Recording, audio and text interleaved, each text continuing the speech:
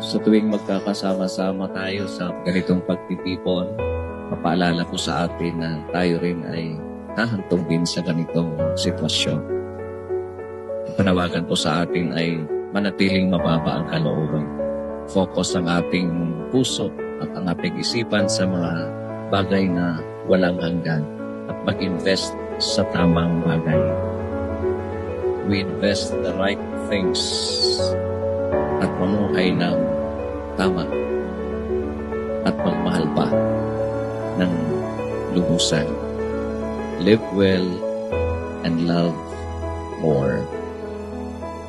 Kung kulang pa, ay panahon pa. Ama naming mapagmahal, inilagak ng iyong anak sa amin ang pabaong pagsasalo sa banal na piging.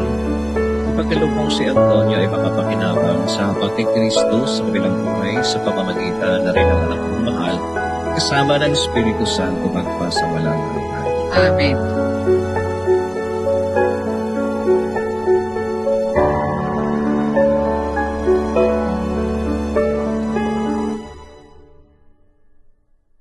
Hi, Tay. Thank you sa pagiging mabuting ama. Maraming salamat sa pagmamahal mo sa aming lahat. Salamat sa lahat ng mga advice, sa lahat ng mga sermon para kami maging mabuting anak. Salamat sa lahat at talagang ramdam na ramdam namin tayo kung gaano mo kami kamahal. Sana naramdaman mo rin kung gaano ka namin kamahal. Maraming salamat sa'yo. No more pain, Tay. Sana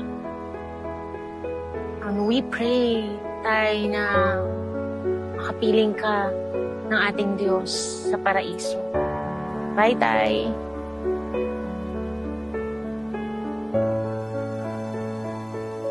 Lubos po kaming nagpapasalamat ng buo kong pamilya sa lahat po ng mga taong tumulong, nagdasal, nakiramay, nakiisa po sa amin hanggang sa araw na ito na hinatid namin ang aming itay sa huling huntungan niya. Maraming pong salamat, especially po dun sa mga nag-abot ng financial. Nawa ang Panginoon na ang pagbalik sa inyo ng pagpapala. Maraming pong salamat.